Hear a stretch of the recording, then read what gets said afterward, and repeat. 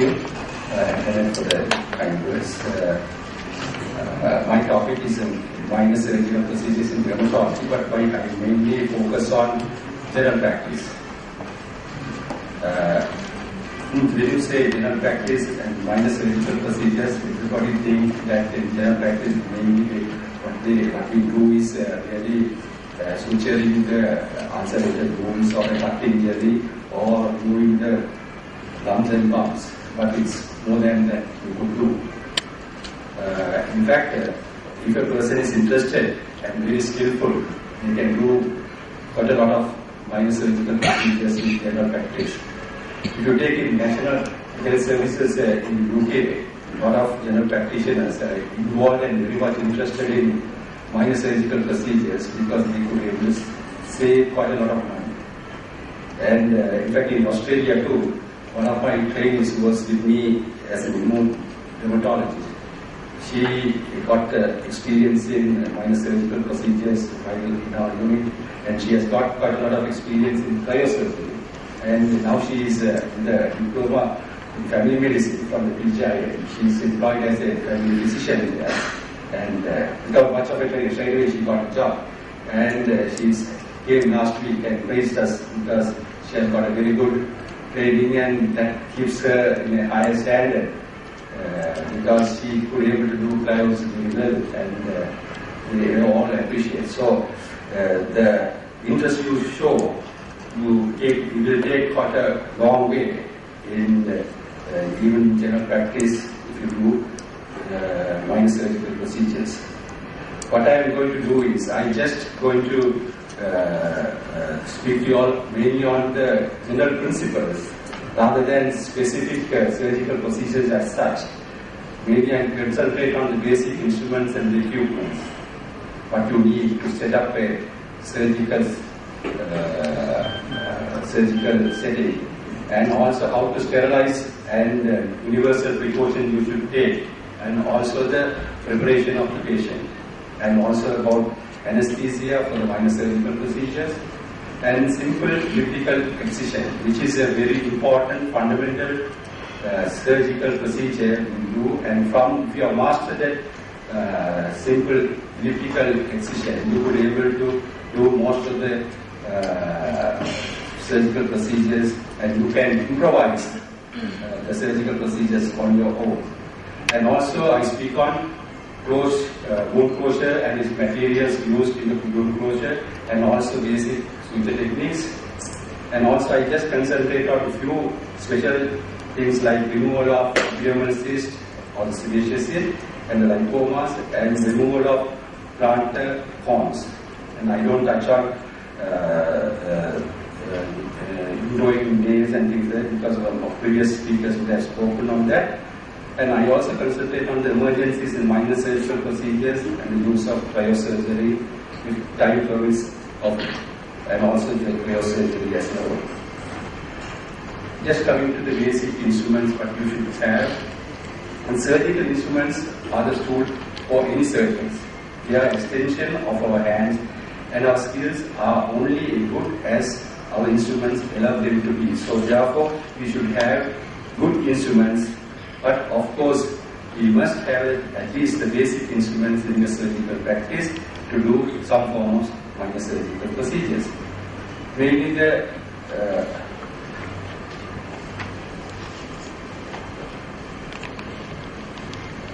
these are the instruments, the dressing scissors you all know, iris scissors, which is quite often used for the dissection, and the BP handle where you could be able to put load the surgical blade, number 11, number 15, which is quite often used in the minor surgical procedures. Artery faucet, which could be used for arresting the bleeding and also holding the specimens, and also forceps, catch forceps, tooth and non-tooth. Non-tooth is mainly to hold the skin, and also the needle holder, and also curette, and this is here, straight artery faucet. These are the basic instruments at least you should have to start with the minor surgical procedures. An electric cautery is a very simple equipment which is very useful and very handy as well to have in your surgical practice. And also you should prepare the patient. The pre-operative evaluation of the patient is very important, which is important to go through the patient systematically to give an optimum safety to the patient. What you have to go through is see whether the patient has got any cardiovascular problem, pulmonary problem, and liver disease. Especially when you are giving Ibuprofen, you may have to give a low dose when the patient is on liver disease. And also, immunocompromised patients, you may have to start on prophylactic antibiotics to minimize the infection. And also, you should ask about the healing, previous healing and the scarring, because if there's a tendency to develop keloid, you have to be a little bit careful. And also, sometimes you should treat the patient whether they get any vasovagal attack, because if the patient is very anxious, sometimes if you get a history, if the patient get a vasovagal attack, you can be very careful in handling the patient. And also, if the patient is alcoholic, you can get a fit after local anesthesia. And also, issues like diabetes, pregnancy are very useful. And also, medications is very important to find out what type of medications our patients are on, because sometimes patient may be on anticoagulant, warfarin and things like that, aspirin. They may have a little bit bleeding, excessive bleeding. So therefore, if you know that patient is having on warfarin, you can do an INR and see whether the coagulation is under control.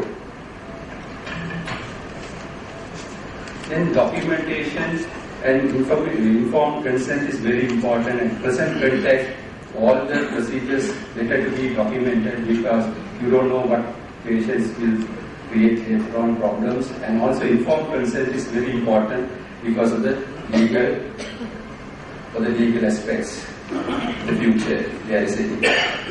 And the sterilizations, there are various different methods you could able to adapt for sterilization.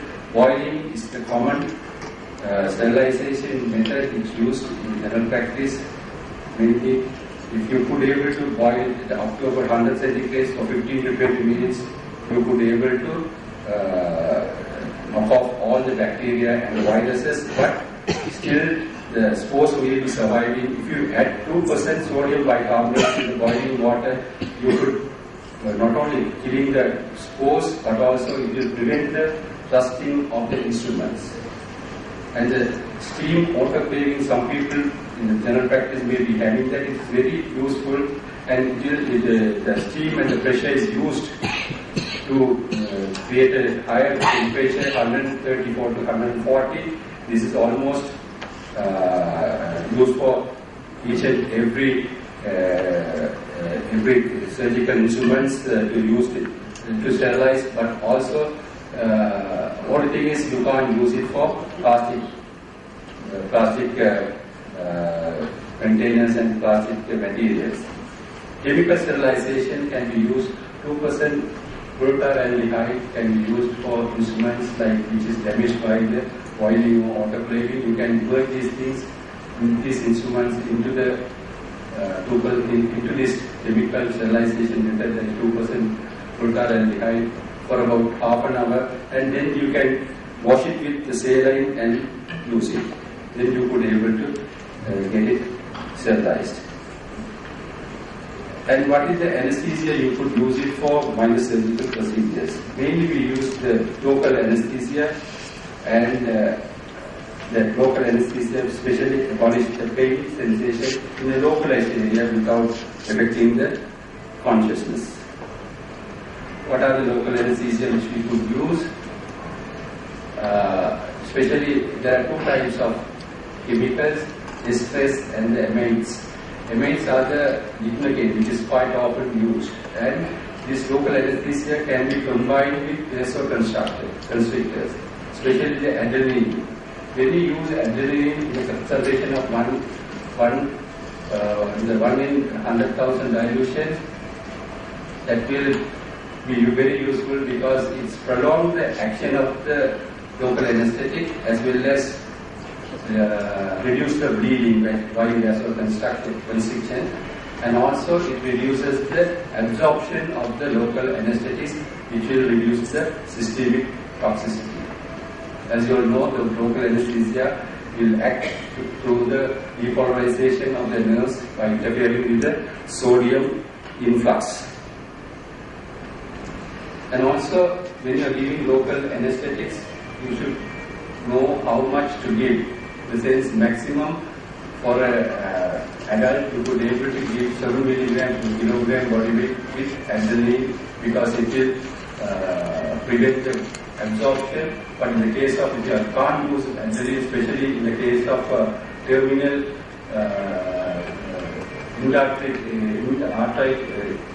endotry organs like, say, fingers, toes, or tip of the nose, you can't use it. And in that case, you can only use up to 4.5 milligrams per kilogram body weight. And local anesthesia, not only you can give in an infiltrative anesthesia or a field block, you can also use topical local anesthetics in the form of 2.5% lidocaine and 2.5 lidocaine, which is in the brand name is called imlacane, which is quite often used by everybody, especially with the children when you are giving IV preparations or injections. You are quite often well aware that you use this very often.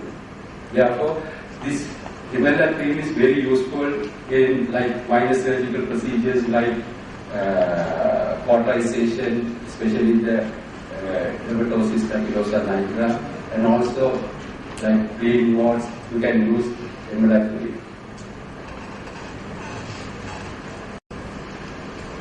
Local anesthesia also without side effects can have lot of side effects like pain. Local, when you're injecting, you can have pain and ecchymosis. And when you're injecting, you have to be careful, because you should not enter the veins. So you have to always inject and withdraw and see whether you are in the veins or arteries, and see that if there is not in the vessels, then you could able to inject. That will prevent getting the systemic side effects. Systemic side effects quite often. You can get anaphylactic shocks. It's not very common to get anaphylactic shocks. It's usually anaphylactic shocks are very common with stress, like cocaine and cocaine. But due to preservatives, sometimes you can get anaphylactic reactions. And sometimes increased blood levels can give rise to numbness of the limbs, tingling, and also metallic taste. You may come across this type of side effects occasionally, and also some people can get respiratory depression and cardiovascular hypertension. So local anesthesia also can give rise to some form of side effect. You have to be aware of it. So when it comes to the real surgical aspect, elliptical incision, before doing this elliptical incision, you have to plan out the elliptical incisions, and then you have to decide the elliptical incisions, and also you have to execute the surgical procedure. How do you plan out the elliptical incision? You should know the skin relaxation lines. That is very important, because that determines the outcome of the surgical scars. These are some of the skin relaxation lines along which you could able to do the elliptical incision on the face. And also, how do you determine the relaxed skin tension lines? That is, when you pinch the skin, you could able to get the relaxation lines. You can determine which directions the lines are better well wrinkled. So that way you could able to decide which is the best relaxation skin tension line. And also sometimes you could able to flex the joints and see where the relaxation lines are. Once you determine the relaxation line, then you make the make your plan of incision. You can sort of mark it with a marker pen, and then you could able to design your ellipses. That is usually fusiform ellipses are quite often used for this procedure. Usually length to width is about 3:1. Then you are able to posture best better in the 3:1 length to width. When you do the excision, usually what we use is number 15 surgical blade. You start with the apex, where you use the tip of the blade and cut the elliptical incision in the fusiform manner. When you start with the tip of the blade and use the bevel of the blade to cut the middle aspect of the elliptical incision, and then take off from the C point again with the tip of the blade. Then you won't cut the rest of the tissues. And also you should be able to master the technique of going how deep you should go. That gradually you pick up when you keep on doing the incisions. Then once you do one side, you repeat the other side also, and then with the artiforceps you could able to lift the excised skin, and then you pull it, then it will come off, because it is just attached with the fat subcutaneous tissue. If it's not coming, you could able to use the dissection scissors to release it. Sometimes initially when you do the incisions, you may cut across the incisions, like a cross. And sometimes if you don't do it go deeper, then repeatedly by cutting it, you might do several nicks which might harm the future scars. And also when you are planning the excision, you have to decide whether you could able to mobilize the tissues to bring together to suture or close the wound without having much of a tension.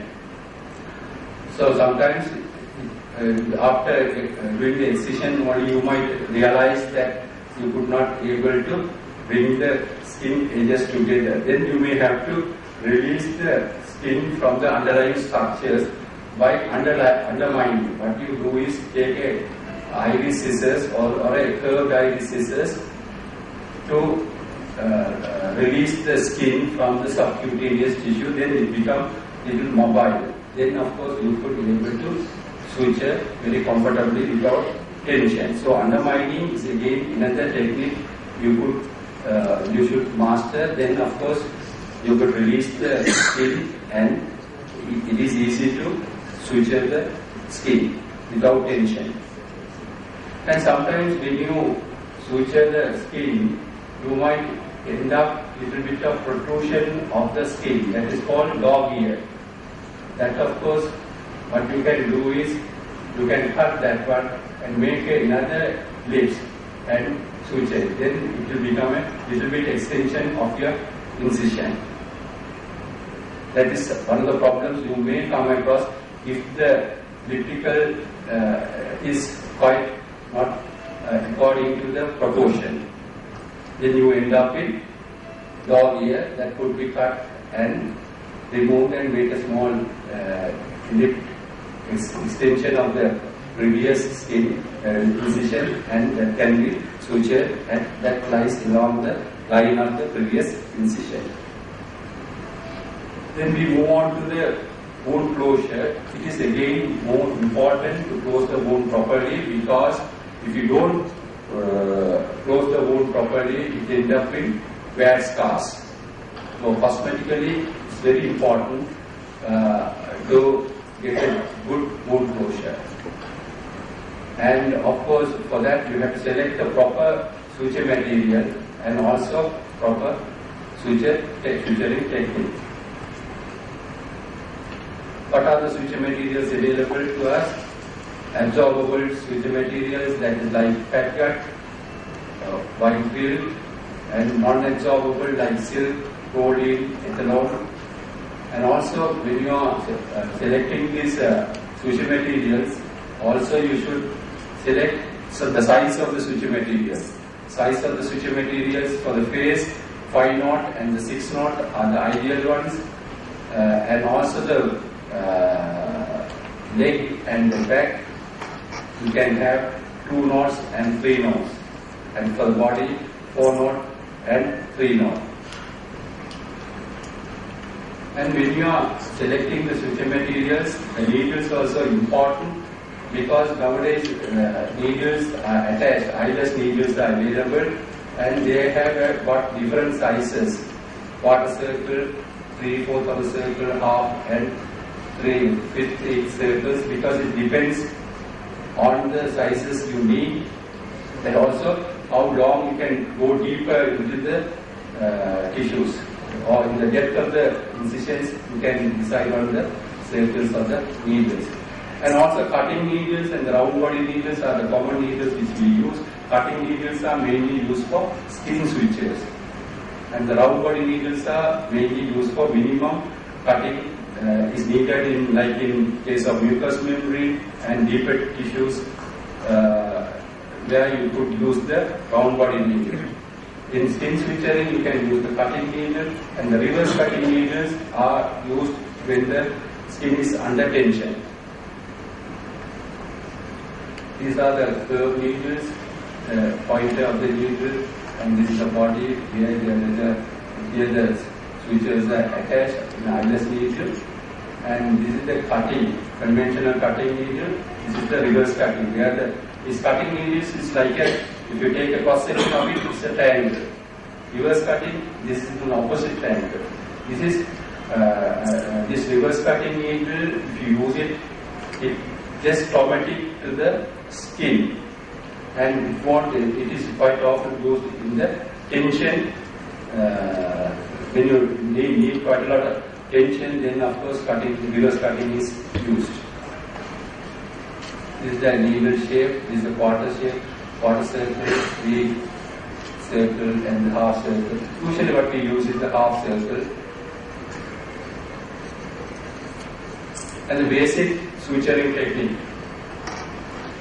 When we are suturing, we just make an incision, and of course the needle has to perpendicular. You load the needle to the needle holder. In ideal, the needle holder is at 1/3 of the from the tip of the point of the needle. You just about 3/4. You hold the needle, load the needle in the needle holder, and then hold the edge of the incision with the catch forceps and prick the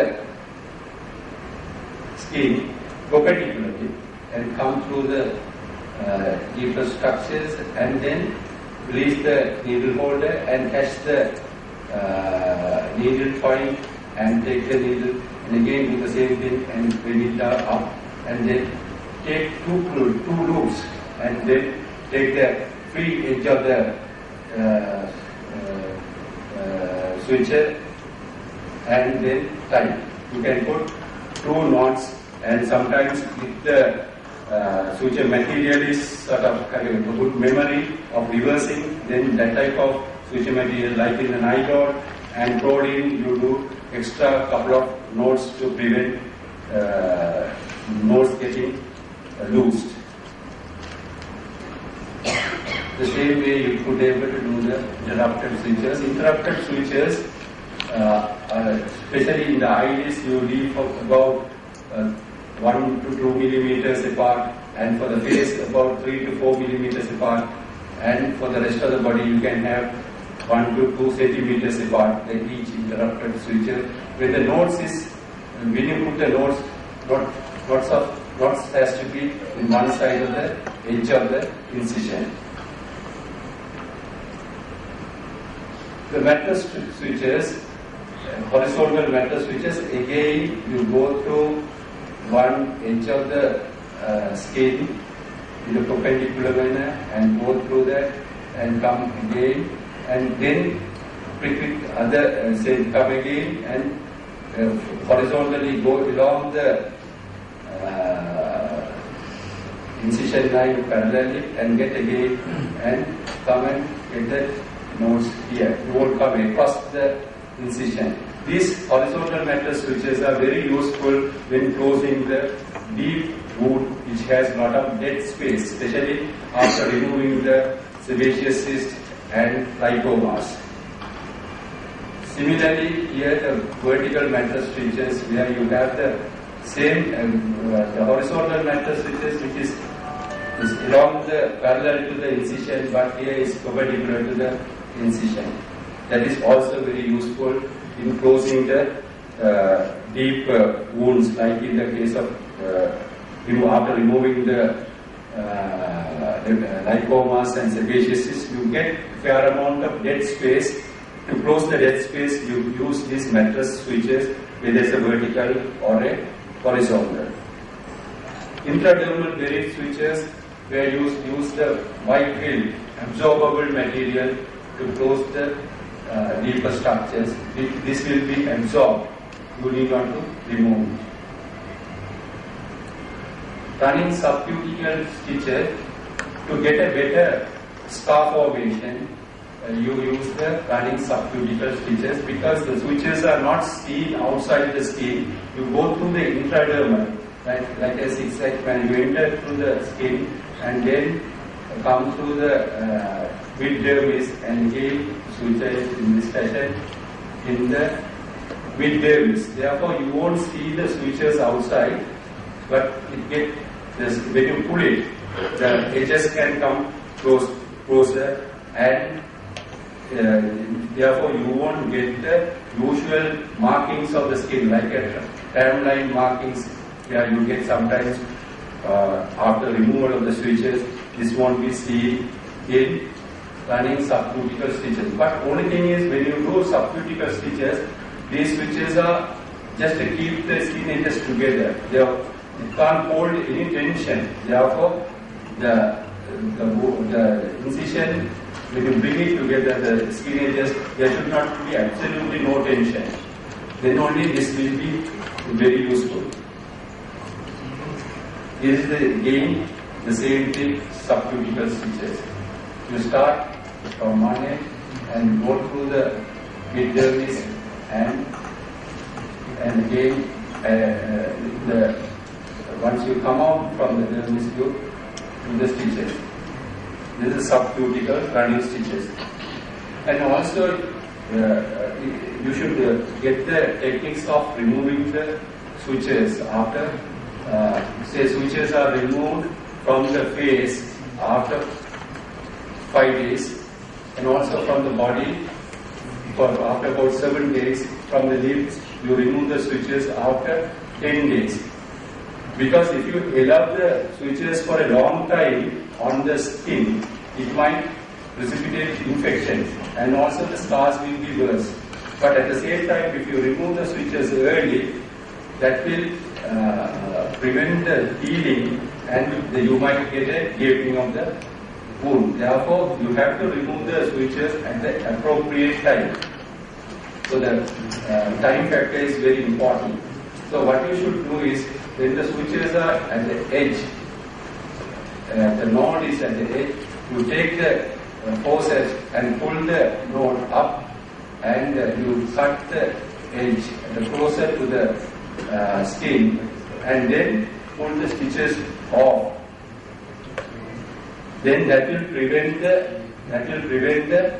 the infection from the outer switcher to getting into the tract. So you want to get any infection getting into the tract of the switcher material. And also I will go some of the aspects of the emergencies in levator surgery you may come across.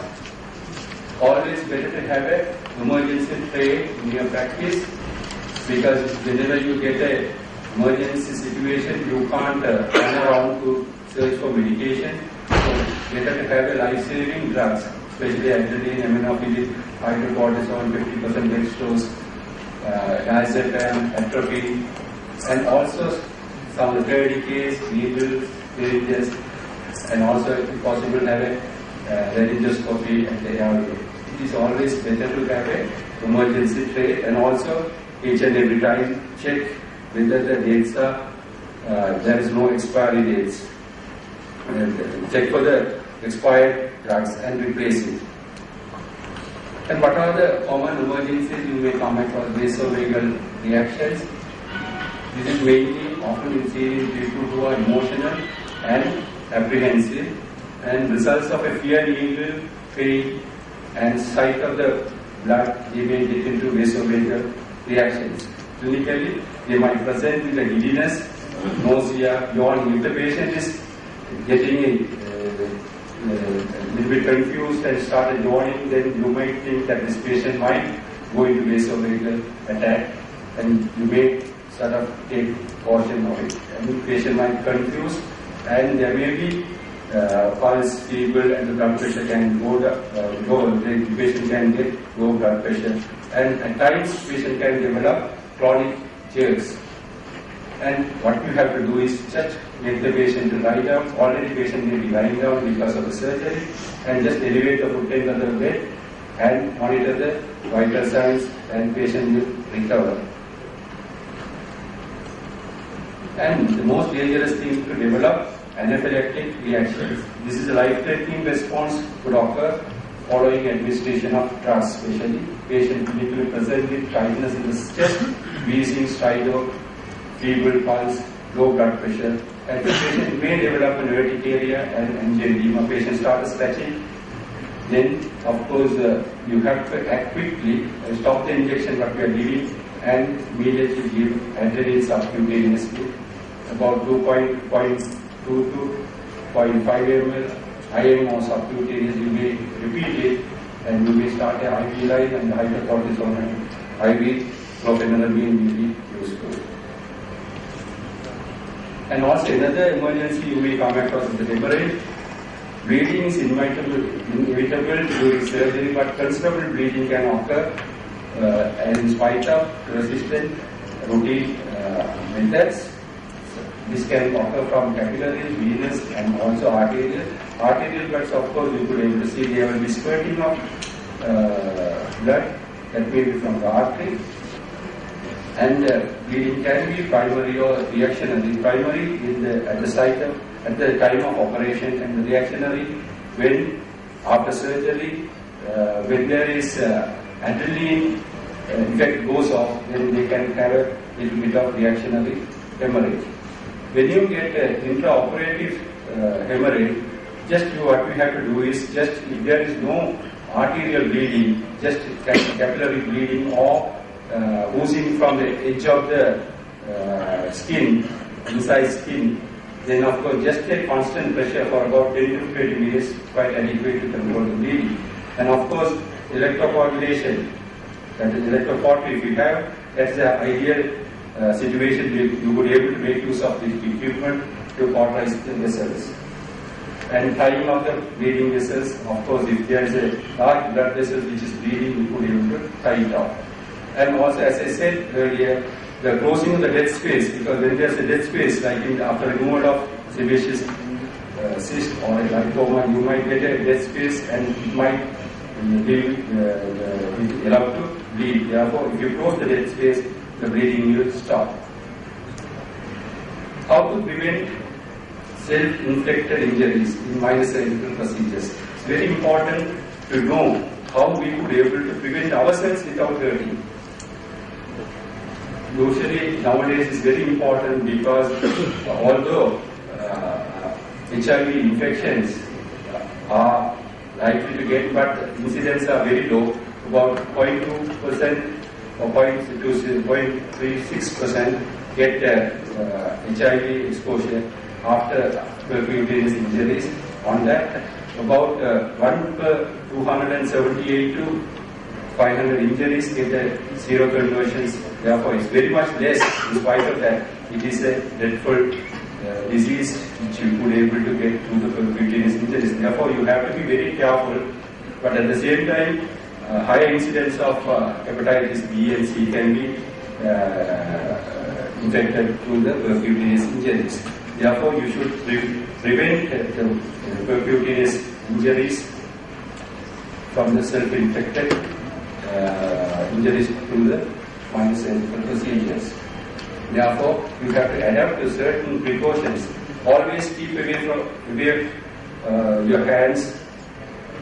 That is, when you are giving a local, especially when you are giving the local, you tend to stabilize the fingers, your finger.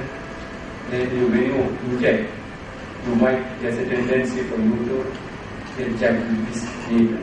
Therefore, this is the correct method to give injection. Therefore, by this method, you might not prick your finger. So keep away from the needle's side where you could prick your finger. So always work away from your hand. And also handle the tissues with instruments.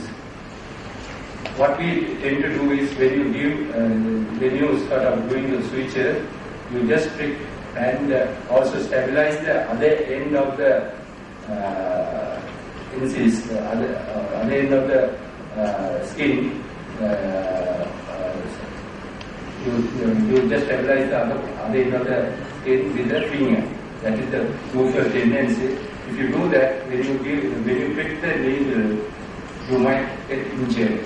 Therefore, always it's safer to use an instrument to support the tissues, like a forceps.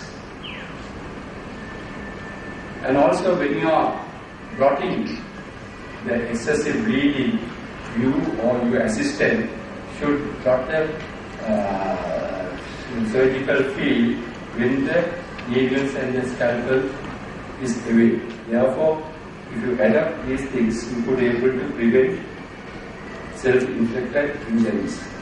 And also, sometimes when you use ill-fitting gloves, that can get caught in the needle and easily get traumatized. So ill-fitting gloves also is not very good because that will obstruct the surgical field as well. And some people argue whether you should use double gloves. Of course, there are reasons for it and also against it. When you use double gloves, the injuries, even if you get a prick, injuries you get is very minimum. But at the same time, when you use double gloves, your perception goes down. Therefore, you won't have a proper grip on what you are doing. And also very important to have a well-organized surgical tray.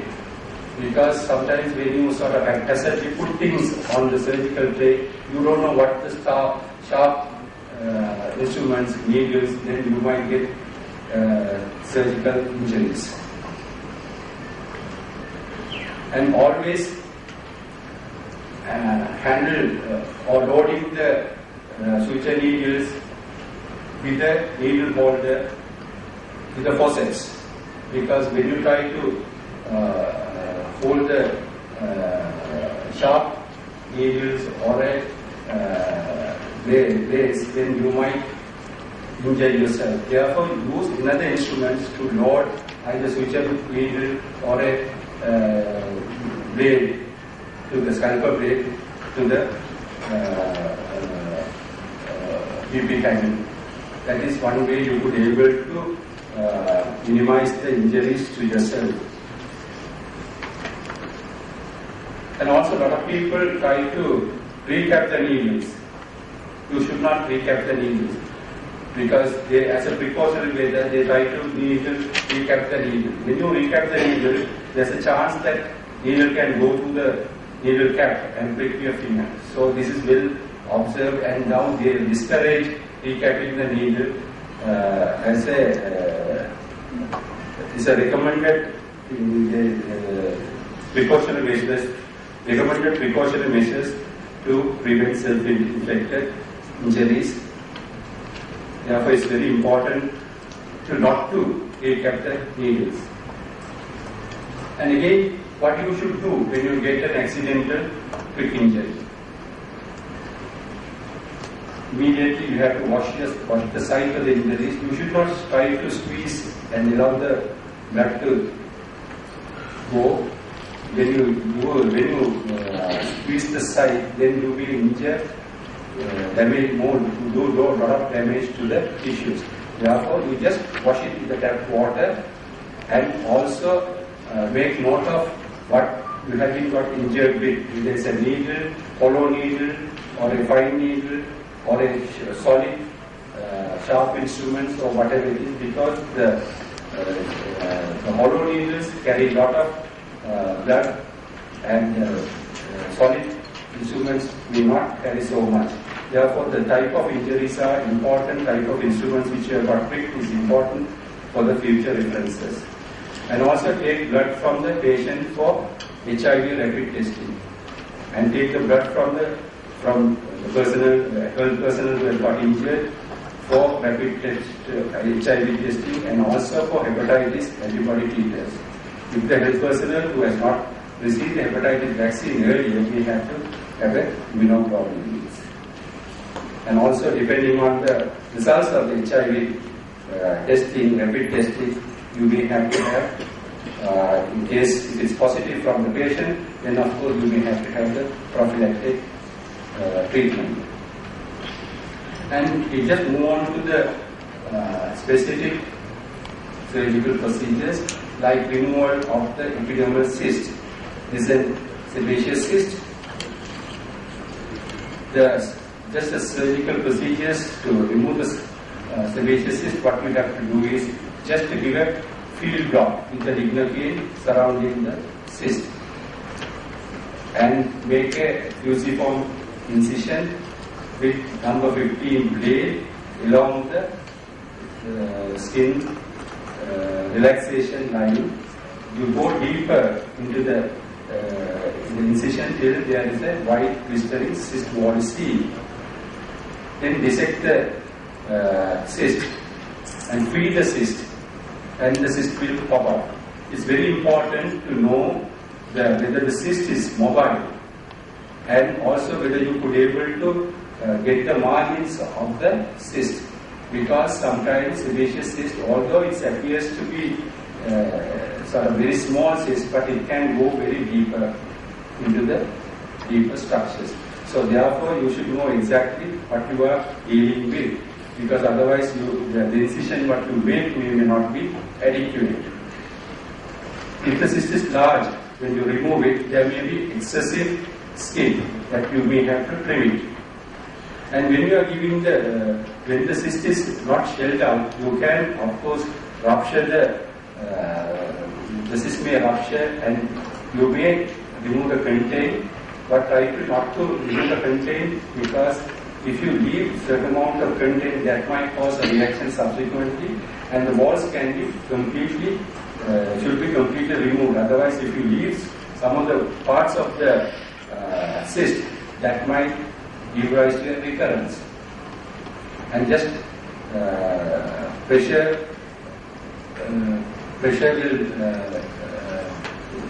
will give the hemostasis, and then you can use the simple interrupted switches. If the dead space is fairly large, you may have to use the interrupted deep switches and then close it with either mattress switches or vertical or a horizontal mattress switches. Switches can be removed depending on the site. It could be 5 to 8 days. From the limbs, of course, you can leave it for 10 days in the lower limbs. This is you put the incision and you just shell it out with the iris scissors and then pull it off, and you get nice cyst shelling out of the deeper structures. You can cut the deeper structures when it's attached.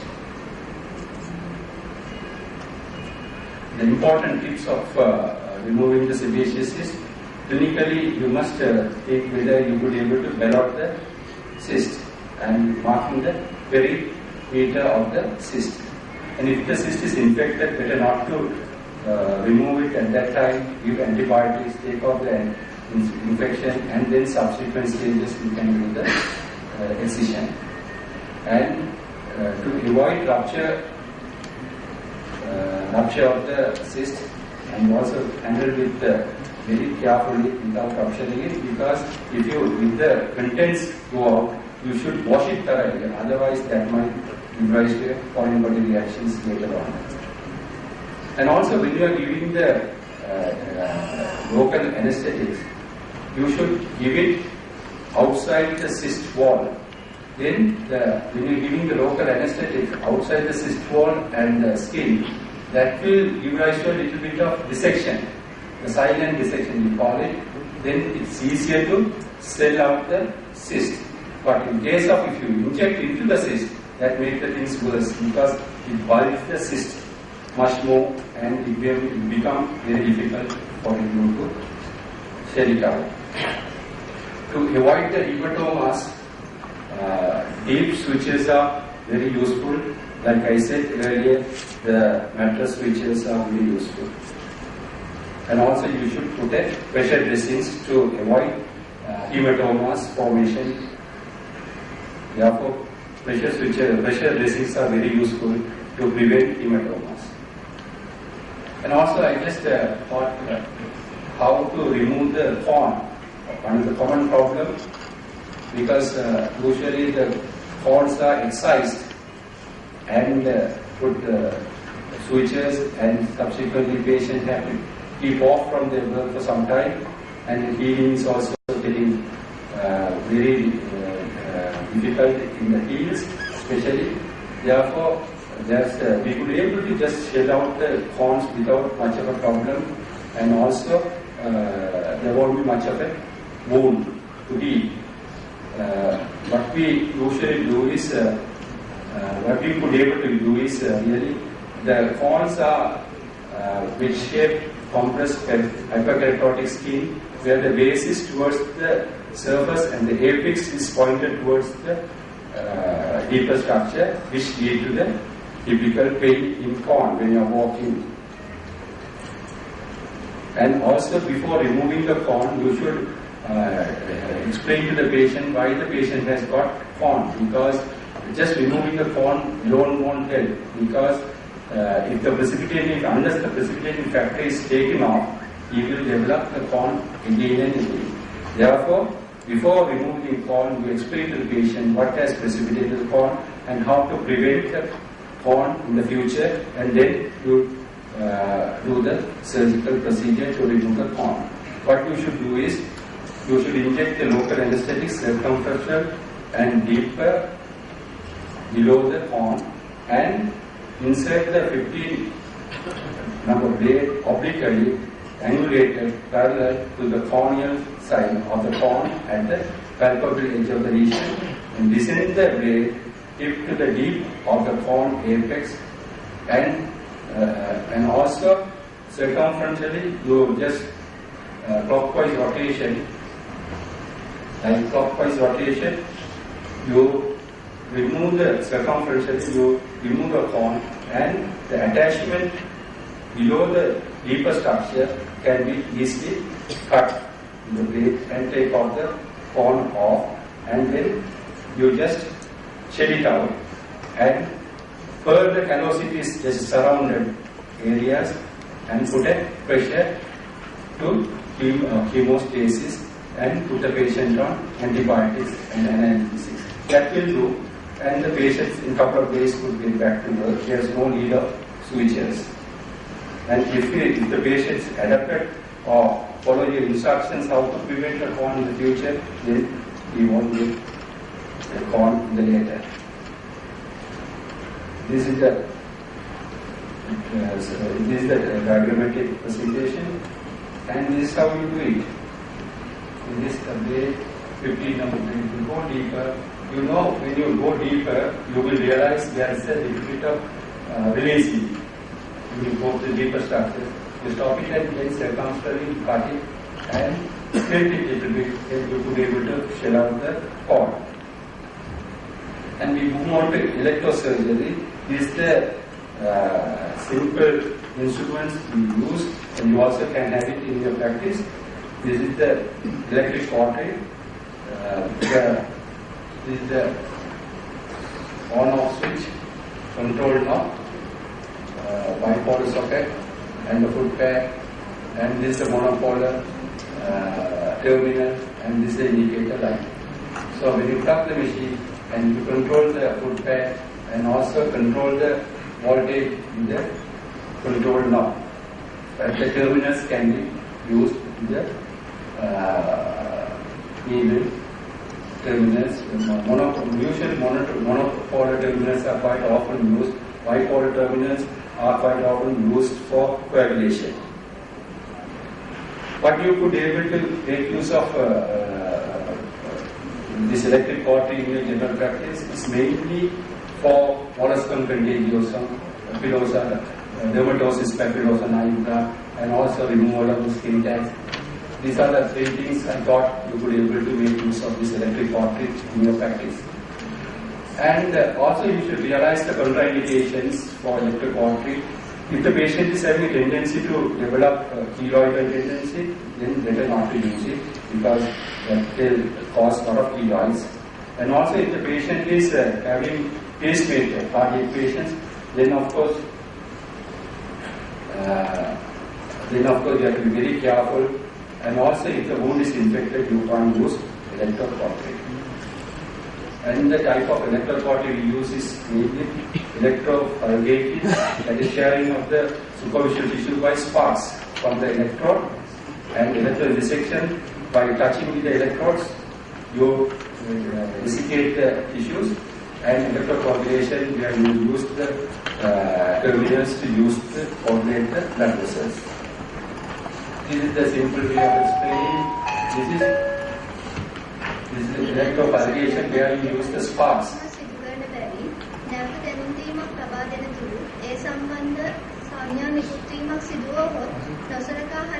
Electrophagocytation from where the sparks. This is the electrodissection. You use the electrode to touch the. නැවත දැනුම් දීමක් ලබා දෙන තුරු ඒ සම්බන්ධ සංඥා නිකුත් වීමක් සිදු වුවහොත් නොසලකා හරින මෙන් දන්වා සිටිමු. No problem. Yeah, this is electrodissection where you could be able to with the touch that will dissipate the tissues, that will use a lot of voltage. This electrocoagulation where you use the bipolar electrode to coagulate the blood vessels. So how we could be able to use electrosurgery to dermatosis papilosa nigra? What you can do is this is a patient with dermatosis papilosa nigra, where you use topical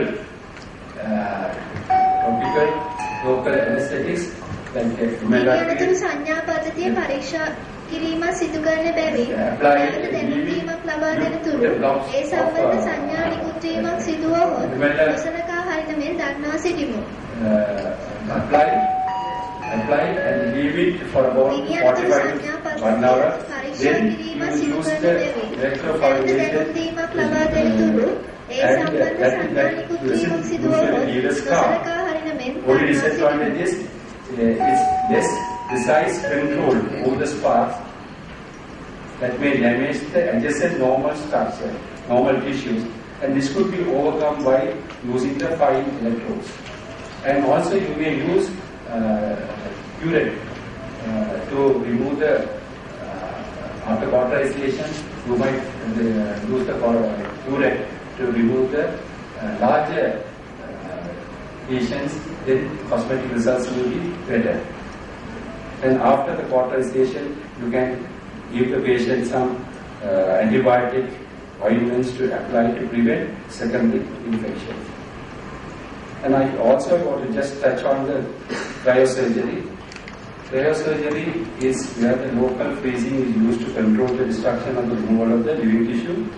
Quite often the cryogens are used carbon dioxide, nitrous oxide, but we use very often, and all over the world quite often used is the liquid nitrogen. When you use the soap, you can raise it up to minus 20 degrees. And if you use the spray, you can use it up to 196 degrees.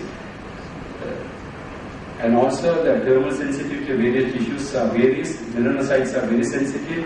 It might get damaged by minus 4 to minus 8 centigrade, and keratinocytes minus 20 to minus 30 centigrade. Dermal tissues, especially fibroblasts, will destroy minus 30 and minus 40. And mechanisms of actions of the cryosurgery is by forming the ice and also osmolality, vascular changes, denaturing of the protein, and also, especially in the virus and the tumor cells, it induces an immune recognition, and that immunological function, immunity also playing a part in removing the virus warts as well as the tumor cells. And indications, quite a lot of indications are there for cryosurgery. A lot of people use cryosurgery for most of the surgical procedures, but of course in the general practice you can confine to the viral wart, which is a big load in general practice, and the molluscum contagiosum, and also in the Western countries, of course, actinic keratosis is very often treated with liquid nitrogen cryosurgery in general practice. And in cryosurgery, we use liquid nitrogen in the form of dipstick method or a sprayer gun. This is the sprayer gun which is shown. And microscopically, when we use the cryosurgery, you will develop a white ice field, and that can be well demarcated, and you may develop a blister, hemorrhagic blister, and also then it forms the scar formation and it will peel off. The post-operative care, we have to give some analgesic because it may be painful, and you may add some antibiotics, ointments to prevent secondary infection, and also large blisters can be drained. And also you should follow the patients up to about 2 weeks till the scar form and peels off. And this cryosurgery also without also have some complications. Immediate complications are pain and the blister formation, and they also can lead to hyper and hypopigmentation, and if you use the scalp, they may lead to cicatricial alopecia. And also we have to be very careful when you are using the cryo over the nerves. It might give rise to nerve damage and paresthesia. Thank you.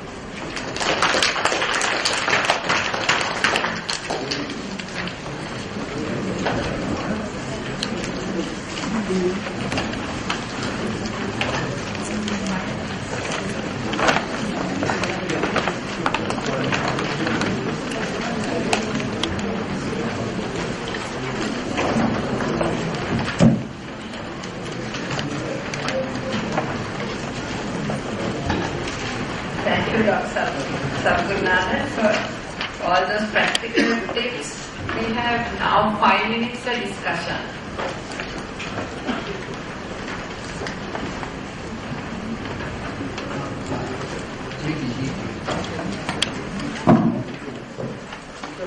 Two questions. When you use enveloping, how long do you have to wait for the anesthetic? For about 45 minutes to 1 hour.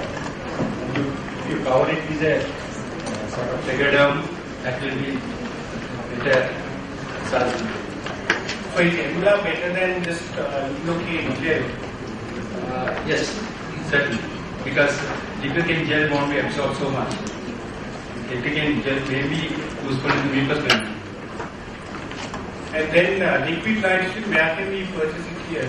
Of course, we find it very difficult to get it because here the supply is from the oxygen company.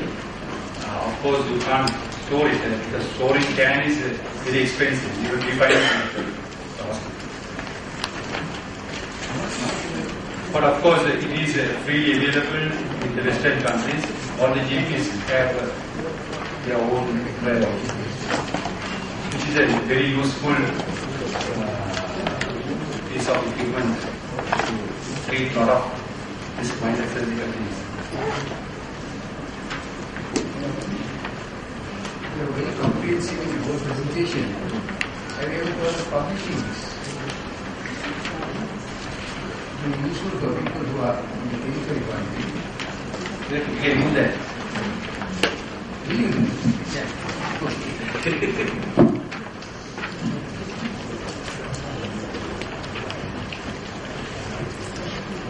I think there was a comprehensive update on dermatology by four very competent dermatologists, extremely well presented. So,